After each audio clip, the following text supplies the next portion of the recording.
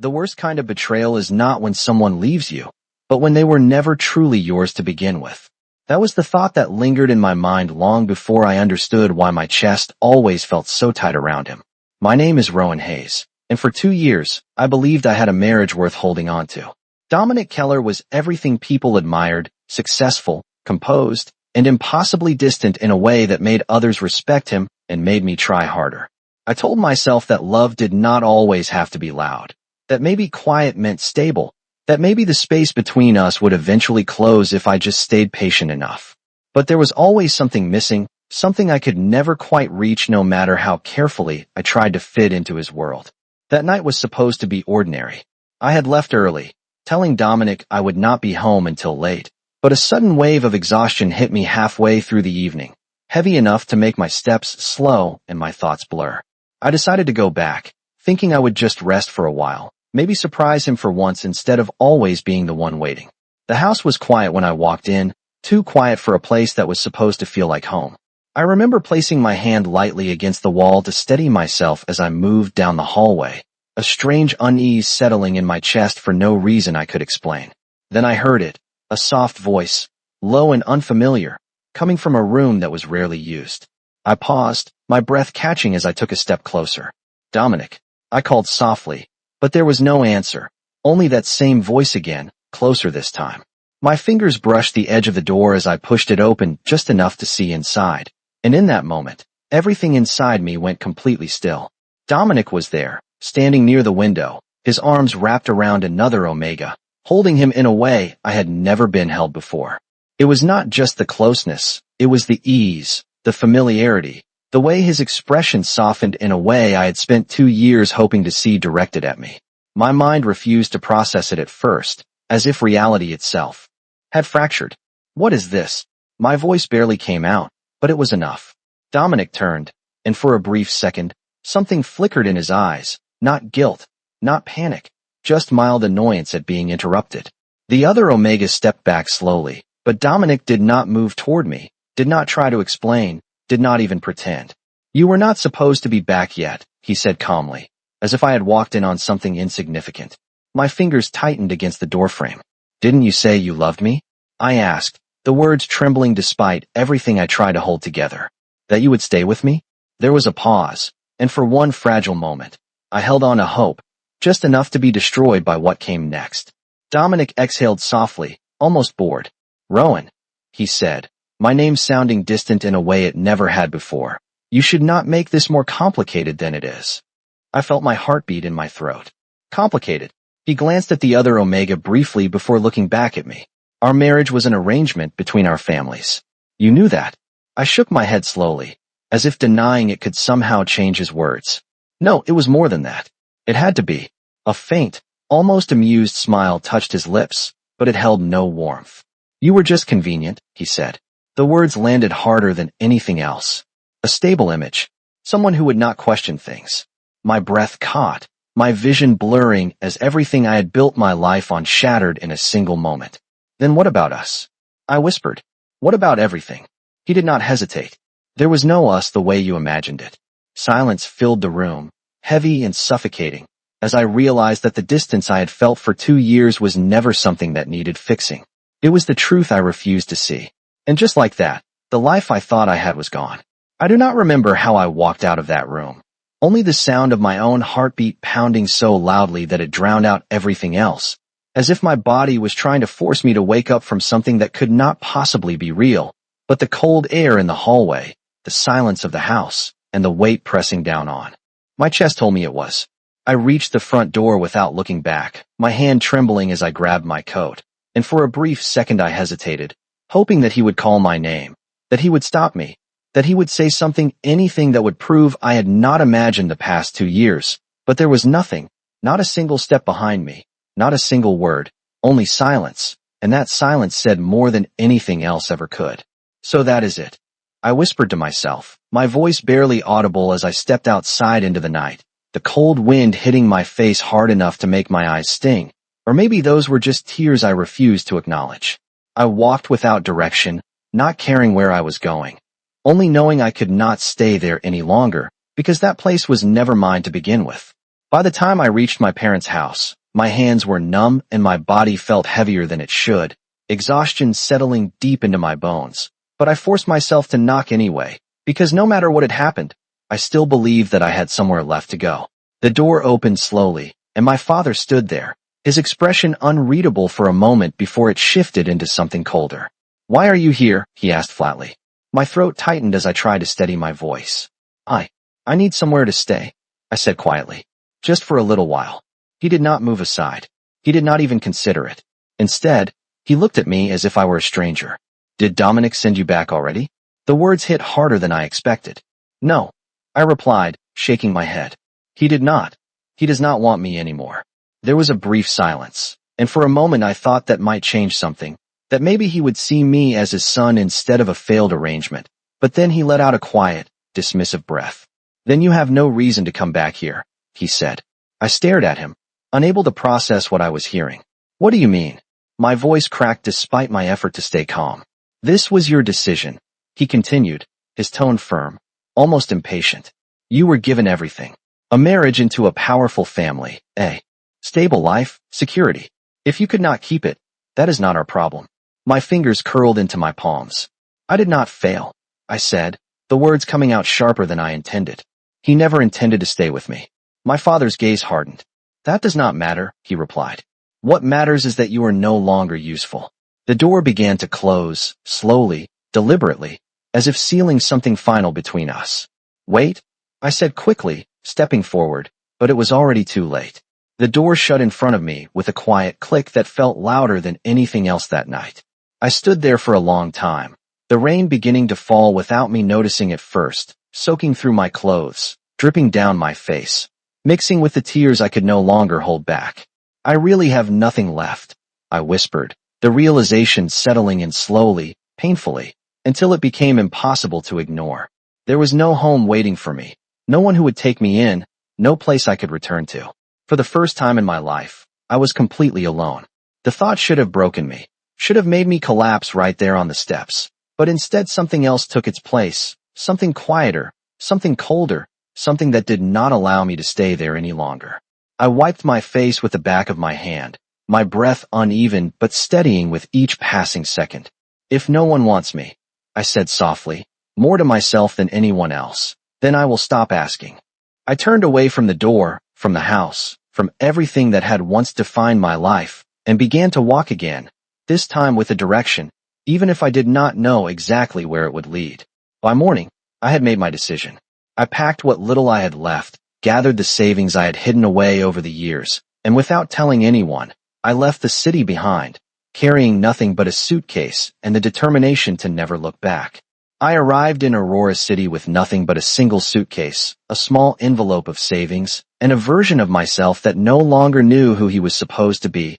The city stretching out in front of me like something unfamiliar and indifferent, tall buildings, unfamiliar streets, and people who passed by without ever looking twice. And for the first time in my life, I understood what it meant to be invisible, not in the quiet way I had been in my marriage, but in a way that was absolute, complete, and strangely freeing. The first few weeks were a blur of exhaustion and survival. I took whatever work I could find, washing dishes in the back of a small restaurant, organizing shelves in a convenience store, anything that paid enough to keep a roof over my head and food on the table, even if that table was nothing more than a narrow counter in a tiny apartment that barely fit a bed and a single chair. Just keep going, I would whisper to myself every morning as I forced myself out of bed, ignoring the constant fatigue that seemed to cling to me no matter how much I rested, my body heavier than usual, my head spinning more often than it should, but I told myself it was just stress, just exhaustion, just the aftermath of everything I had left behind. One afternoon, while stacking boxes in the storage room of the store, the world suddenly tilted without warning, my vision going dark at the edges as I reached out instinctively for something to hold on to. But there was nothing, and the next thing I knew, I was waking up to the sound of someone calling my name. "Hey, can you hear me?" A voice said, urgent but not panicked, and when I opened my eyes, the bright white ceiling above me told me I was no longer at work. "What happened?" I asked weakly, my voice barely more than a breath. "You fainted," the woman beside me replied, adjusting something on the monitor near the bed. "You should not be pushing yourself like that." I tried to sit up, but a wave of dizziness forced me back down. I am fine, I said automatically, the same words I had been repeating to myself for weeks, but she only gave me a look that told me she did not believe it. We ran some basic tests, she continued, her tone softening slightly. There is something you need to know. My fingers tightened against the thin hospital blanket as I met her gaze. What is it? There was a brief pause before she spoke again, carefully, as if measuring each word. You are pregnant. The room went completely still.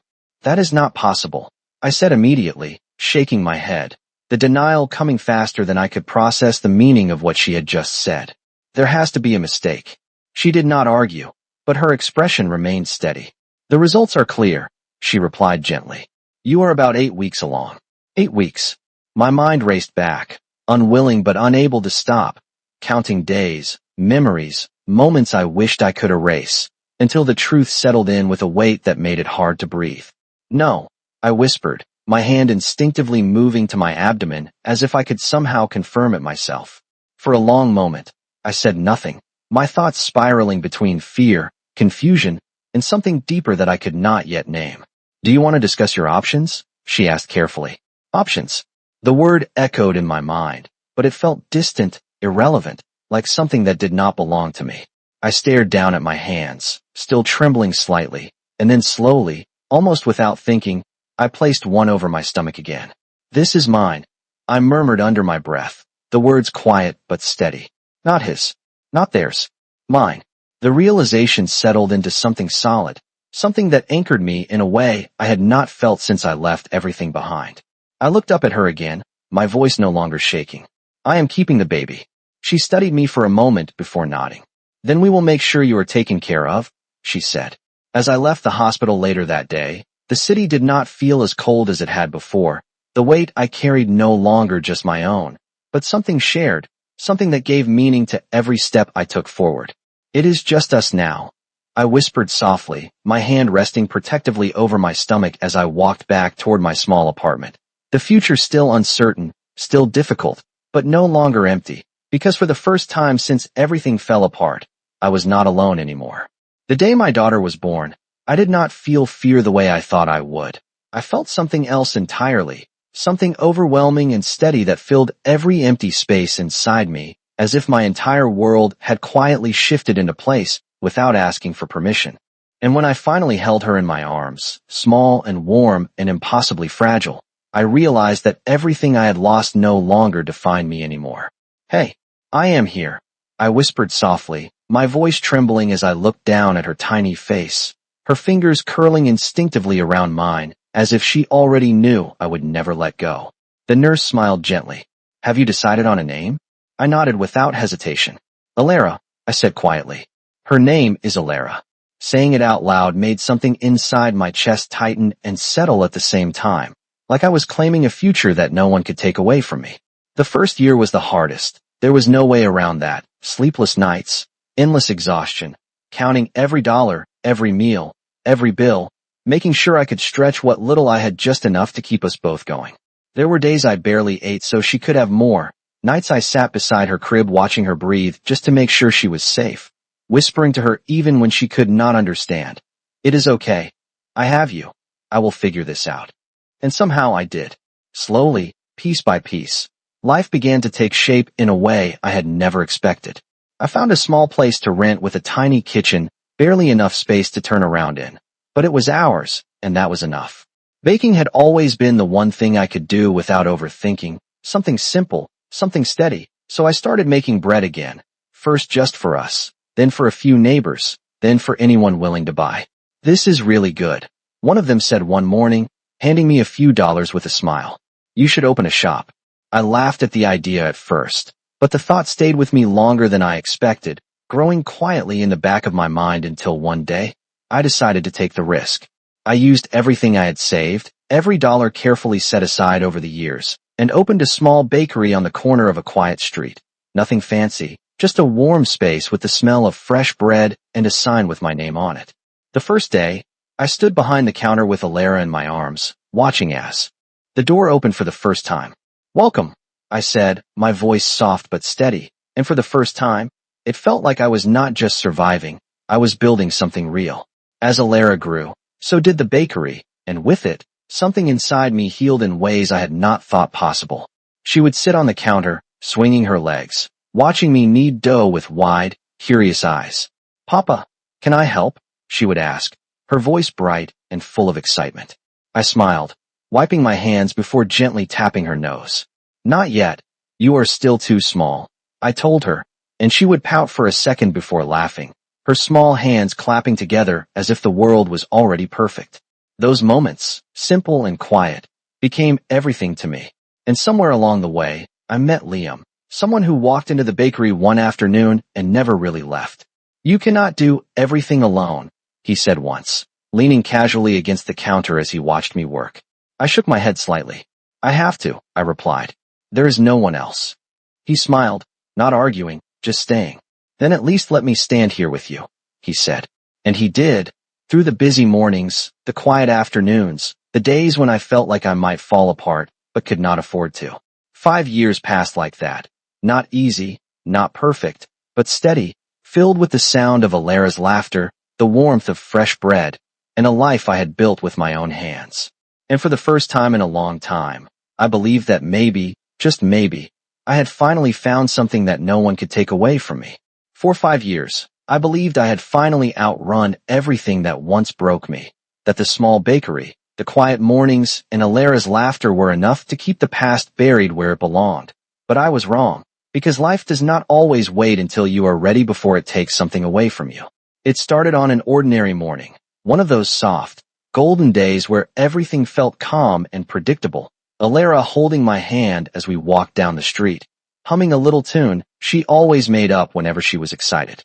"Papa, today I want to help you bake," she said, looking up at me. With bright eyes, I smiled, brushing a strand of hair from her face. "We will see," I replied gently. "You still have to be careful around the oven."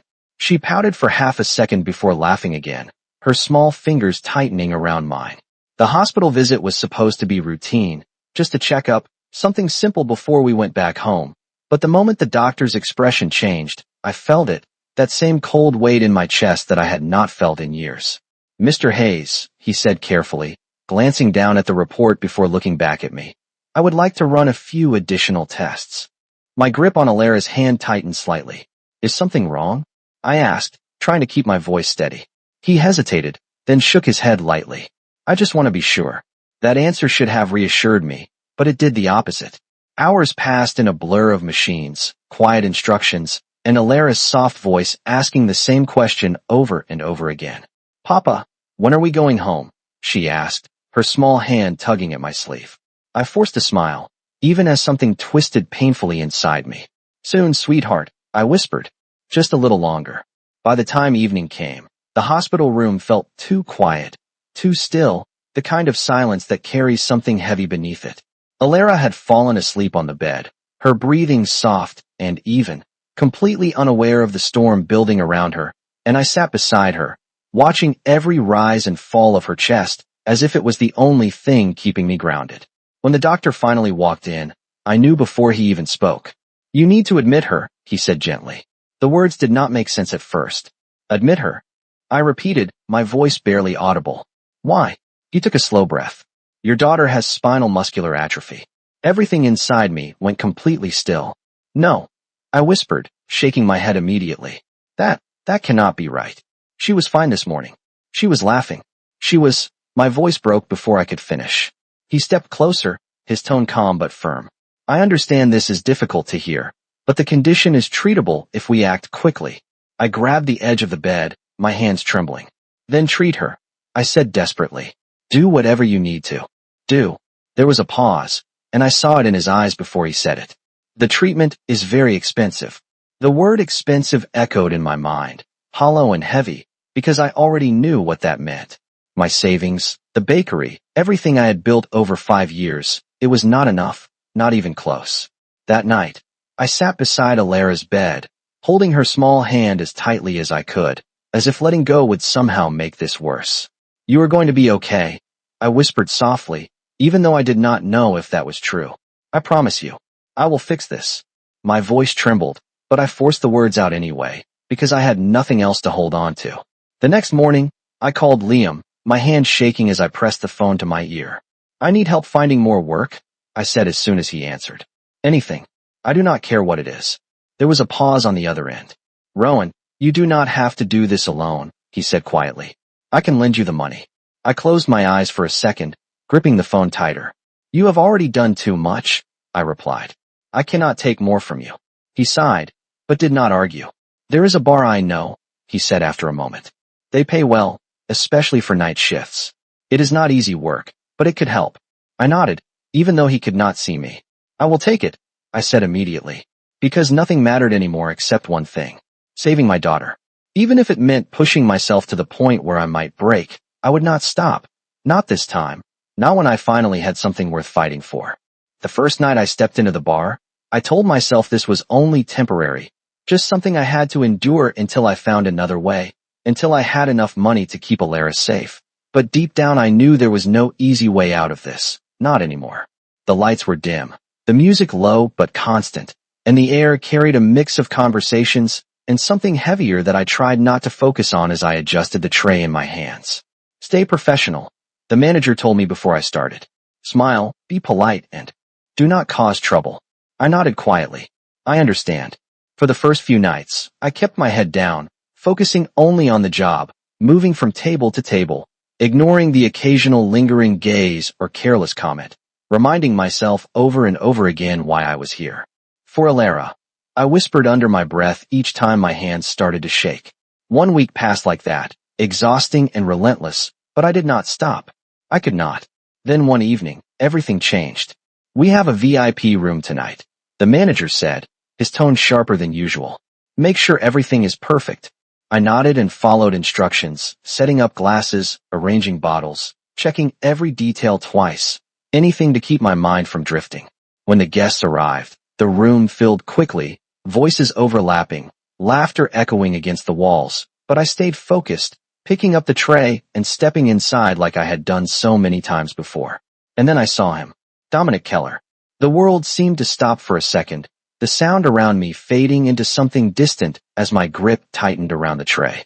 He sat in the center of the room, surrounded by people, looking exactly the same as he had 5 years ago, composed, confident, untouched by everything that had destroyed me. No, I whispered under my breath, forcing myself to look away, to move, to pretend I had not recognized him, because I could not afford to fall apart here, not now, not when everything depended on me staying in control. I took a slow breath and stepped forward, placing the drinks down one by one, keeping my expression neutral, my movement steady, as if he was nothing more than another customer. For a moment, I thought I might make it through without being noticed. I was wrong. Hey, a voice slurred suddenly, too close, too loud, breaking through my focus. One of the guests reached out, grabbing my wrist and pulling me slightly off balance. You look too good to just be working, he said with a careless laugh. My chest tightened, irritation flashing through me, but I forced myself to stay calm. Sir, please let go, I said firmly. I am just doing my job. He leaned closer, ignoring my words. Come on, stay for a drink, he insisted. Before I could react, another voice cut through the tension, sharp and unmistakable. That is enough. Everything froze. I knew that voice. I had not heard it in 5 years, but I would never forget it. Dominic stood up, his expression cold as he stepped forward and pulled the man's hand away from me with controlled force. Do not touch him, he said, his tone low but commanding. Silence spread across the room as every eye turned toward us. My heart pounded so hard it hurt, but I refused to look at him, refused to acknowledge what was happening. I turned to leave, but before I could take more than a step, his hand closed around my wrist. Rowan, my name, spoken like it still belonged to him. I froze. Slowly, I turned to face him, meeting his eyes for the first time in years. Shock, disbelief, something unreadable flickered across his expression. You are alive, he said quietly, as if he was trying to convince himself it was real. I pulled my hand back immediately, my voice steady despite the storm inside me. You are mistaken, I replied. I do not know you. The words hung between us, sharp and deliberate. His grip tightened again, not enough to hurt, but enough to stop me from walking away. Do not do that, he said, his voice dropping lower. Do not pretend. I met his gaze without hesitation. I am not pretending, I said calmly. You told me to leave. I did. That was the end. The room felt suffocating, but I did not look away, not this time. Not anymore. For the first time, I was not the one breaking. He was.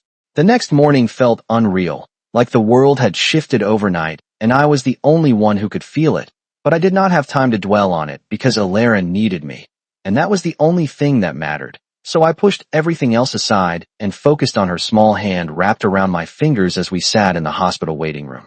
Papa, will it hurt? She asked softly, her eyes looking up at me with quiet trust, and my chest tightened as I forced a gentle smile. No, sweetheart, I said, brushing her hair back carefully. The doctors are just going to check you, that is all. She nodded, accepting my words without question, and that trust alone was enough to keep me standing. When Dr. Everett Vaughn first walked into the room, I did not think much of it. Just another doctor, another step in a process I did not fully understand, but everything about him felt different the moment he spoke. Good morning, Rowan, he said calmly, his voice steady and reassuring in a way that immediately eased some of the tension in the air. And you must be Alara. She smiled shyly. Yes. He crouched slightly to her level, not rushed, not distant like so many others had been. I'm going to take very good care of you, okay? She nodded again, more confidently this time, and I realized she was not afraid anymore. That alone was something I had not been able to give her. After the initial examination, he asked me to step outside with him, and the moment the door closed behind us, the weight I had been carrying pressed down harder. Tell me the truth, I said quietly. How bad is it? He did not rush his answer, did not hide behind vague words. It is serious, he said, meeting my eyes directly. But it is not hopeless. There is a treatment plan, and if we act in time, she has a strong chance. My breath caught slightly. And the cost? He paused for a moment, then spoke carefully. It will be expensive. I will not lie to you. But we will go through every option together. Together. The word lingered in my mind longer than it should have. I looked down, trying to steady myself. I cannot lose her, I whispered. His voice softened, but it did not pity me. It did not look down on me. You are not going to face this alone. I almost laughed at that, a quiet, broken sound. That is what everyone says, I replied. And then they leave. He did not react to that, did not argue, did not promise anything grand. He simply said, then I will stay until you no longer need me to. For a moment, I did not know how to respond. There was no pressure in his words, no expectation, just a quiet certainty that felt unfamiliar, almost unsettling. Over the next few days, I began to notice the small things. He explained every procedure in detail, making sure I understood instead of brushing me aside. He checked on Alara personally, even when it was not strictly necessary. And sometimes, when I had not eaten all day, a cup of coffee would appear beside me without a word. You need to take care of yourself too, he said once when I tried to refuse. I hesitated, then accepted it. Thank you. It was such a simple exchange, but something about it stayed with me longer than it should have. One evening, as Alara slept peacefully for the first time in days, I found myself sitting outside her room, staring at nothing, my thoughts tangled and heavy, until his voice broke through the silence. You should rest, he said. I shook my head. If I close my eyes, I feel like something will go wrong. He stepped closer, not too close, just enough to remind me I was not alone in that moment. Nothing is going to happen tonight, he said quietly. I let out a slow breath I did not realize I had been holding. You sound very certain. I am, he replied. I glanced at him, studying his expression, searching for something that might prove him wrong, but there was nothing there except calm, steady confidence.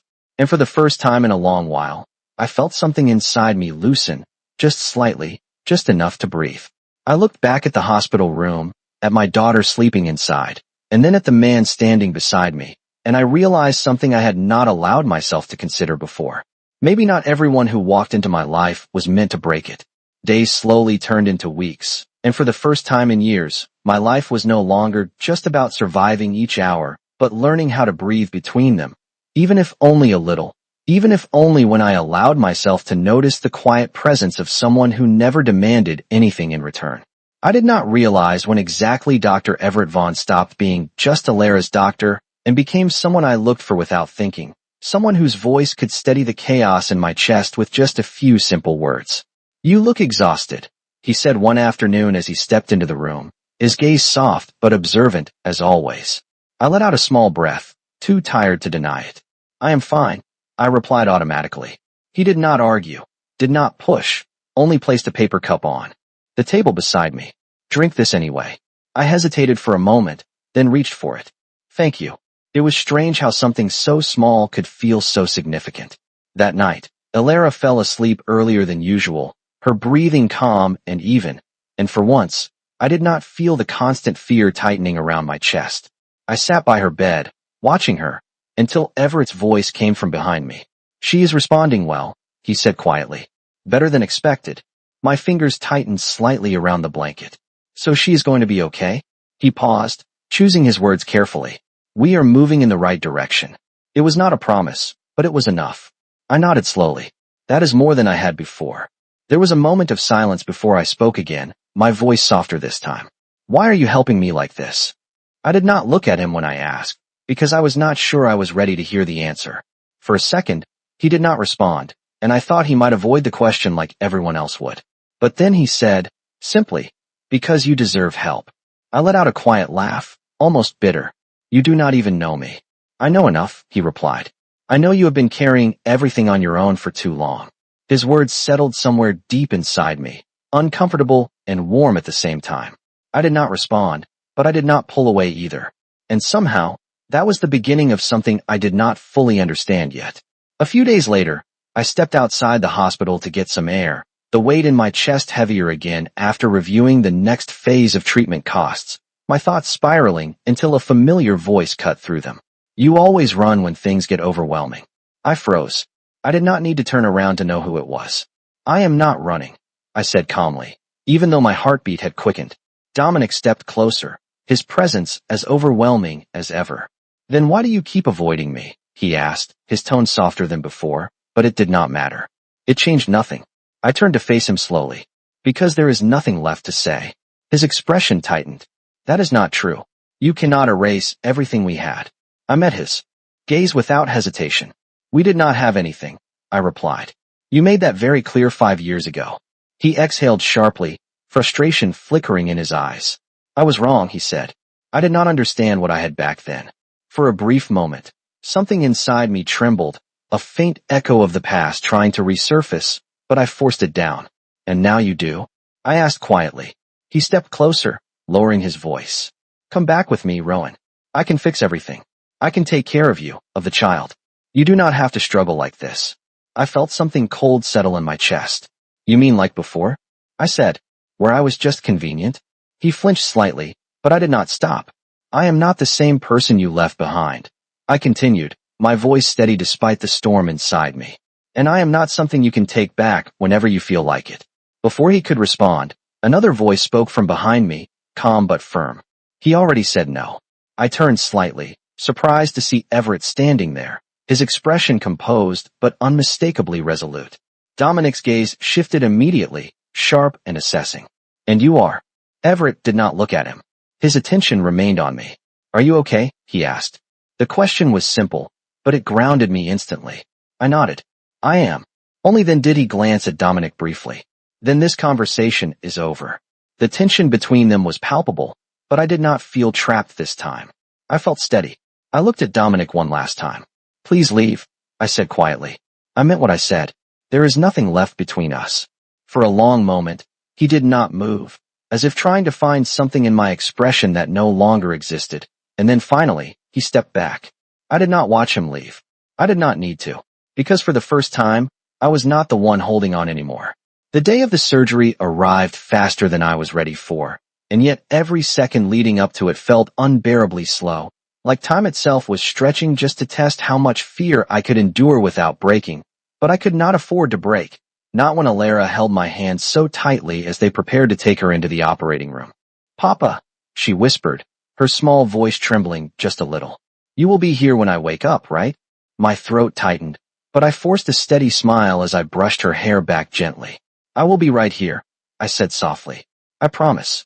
She nodded, trusting me completely, and that trust was the only thing holding me together as the doors closed between us. The hours that followed were the longest of my life. I sat outside, staring at nothing, my hands clasped so tightly they ached, my thoughts spiraling between hope and fear until I could barely breathe. At some point, Everett sat beside me without a word, his presence quiet but grounding. "You can lean on me," he said after a while. I shook my head weakly. "If I do that, I might not be able to stand back up." He did not argue, only stayed there, close enough that I could feel the steadiness in him, like an anchor I had not realized I needed. "She is strong," he said. "Just like you."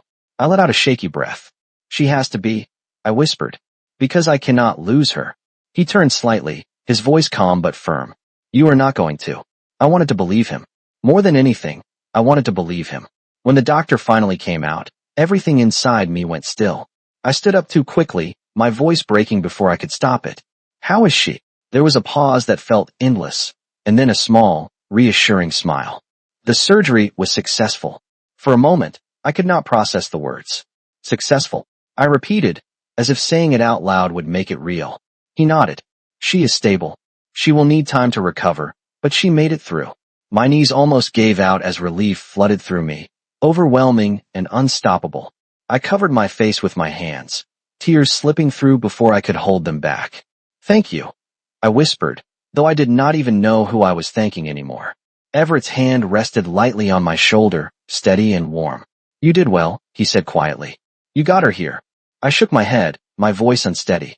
"I could not have done it without you." He did not respond immediately, and when I looked up, his expression was softer than I had ever seen it. "You would have found a way," he said. "You always do." Days later, when Alara finally woke up and smiled at me again, it felt like the world had been given back to me piece by piece, brighter than before, stronger than before, and for the first time in a long time, I allowed myself to think about something beyond survival. One morning, after everything had settled, I stood outside the hospital with Everett beside me, the early sunlight soft and calm, nothing like the chaos that had once filled my life. "What will you do now?" he asked.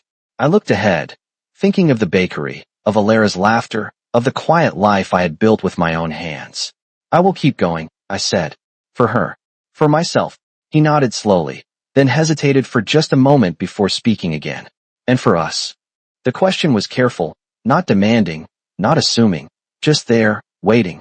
I turned to him, meeting his gaze fully, and for the first time, I did not feel fear when I thought about the future. "If you are still willing to stay," I said softly, "then yes." Something in his expression shifted, not dramatic, not overwhelming, just real. "I am not going anywhere," he replied. I let out a small breath, one that felt lighter than any I had taken before. Behind us, the hospital doors opened, and Alara's voice called out, bright and full of life. "Papa." I turned immediately, smiling without hesitation this time, and as I walked toward her, I realized that the past no longer had a hold on me. What I had now was not built on obligation or illusion, but on something quiet and steady and true. And for the first time, that was enough.